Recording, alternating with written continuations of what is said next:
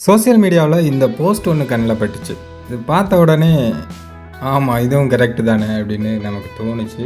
சரி, அதை உங்ககிட்ட ஷேர் பண்ணலாம் அப்படிங்கிறதுக்காக இந்த வீடியோ.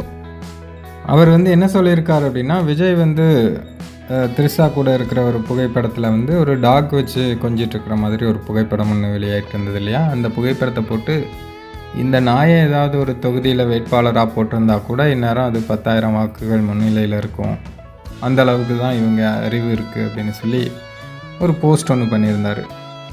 அதாவது நிறைய இடங்களில் பார்த்திங்கன்னா தாவேக்கா நினைத்து பார்க்க முடியாத அளவுக்கு ஒரு மிகப்பெரிய வாக்குகள் வாங்கியிருக்காங்க.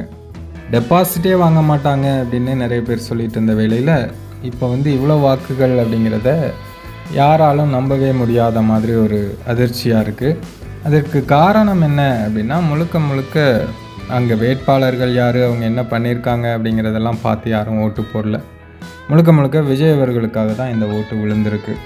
ரசிகர்கள் மற்றும் இந்த ஆளுங்கட்சி மீதான அந்த எதிர்ப்பு அலை, விஜய் வந்தால் கட்டாயமாக மாற்றம் கிடைக்கும் அப்படின்னு மக்கள் நம்பியிருக்காங்க.